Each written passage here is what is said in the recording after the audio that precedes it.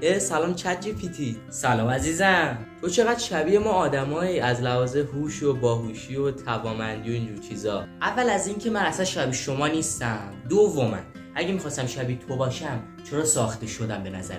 بله درسته، حس میکنم یه کمی عصبانی، میخوای برم یه روز دیگه بیام؟ نه اوکیه بشین. باش هر جور خودت راحتی. میخواستم ببینم چجوری میشه توی یوتیوب موفق شد. بله برای موفق شدن در یوتیوب نیازه که اول خودت تو خودت نباشی یا تو اصلا خودت نباشی. با این قیافت بری تو یوتیوب بخواد کجا بره؟ تو اصلا چه کار به یوتیوب داری؟ یوتیوب رو ولش کن به حال خودت. برو دنبال یه کار دیگه. آفرین. ای بابام تو چقدر بیشعوری. من مثل یک آینه میمونم، واقعیت رو به هر کسی میگم. حداقل به این سوالم جواب بده.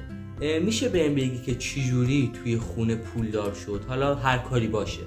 بله برای پولدار شدن در خانه نیاز به بابا تو اصلا با این آیکیو جای جواب ما هر روشی رود بزنیم جواب نمیده. بابا اصلا پولدار شدن بی خیال ولش کن. باشه حداقل بهم بگو بدون کار زیاد چجوری پول خودمو در بیارم که یه نور شبی داشته باشم. بدون کار کردن پولدار شو. فکر کردی اینجا اینستای نکبت؟ فکر کردی با یه پکش فروختن به پولدار میشی آخه؟ هیچ غلطی که نمی‌کنی ماشاءالله. حداقل جواب سوالای اینا رو به دست بیار. بده من ببینم چی میگی. بعدم ریز نوشتی که محاسبه وزن آدم وقتی در آسانسور هست و به طبقه 4 میخواهد برود و 1 کیلو گوجه دستش است. پاشو گمشو بیرون. پاشو نزدمت.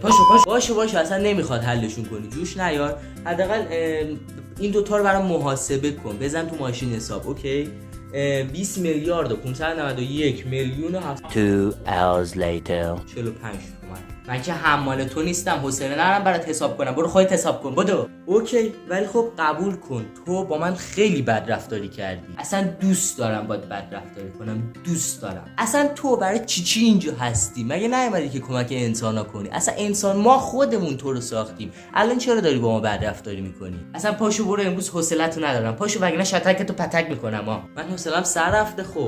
خب اگه میوه میشدی دوست داشتی چه میوه‌ای میشدی؟ به تو من چه میوه‌ای میشدم. ولی حالا نخوام دلتو بشکنم، اینقدر داری التماس میکنی. اگه میوه میشدم جک فروت میشدم. چی ده؟ ولش کن، درکش بر تو سخته، اینجور چیزا رو نمیفهمی.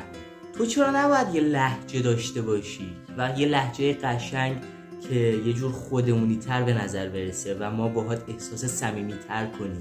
بله خیلی من عذر میخوام. ان شاءالله برای دفعه بعد یه لهجه هم میذارم رو ورژن جدیدم که شما اوکی باشی. فقط مشکل با من همینه. حالا هم اگه زحمت نمیشه پاشو برو، میخوام یه چرت بزنی. راست میگی.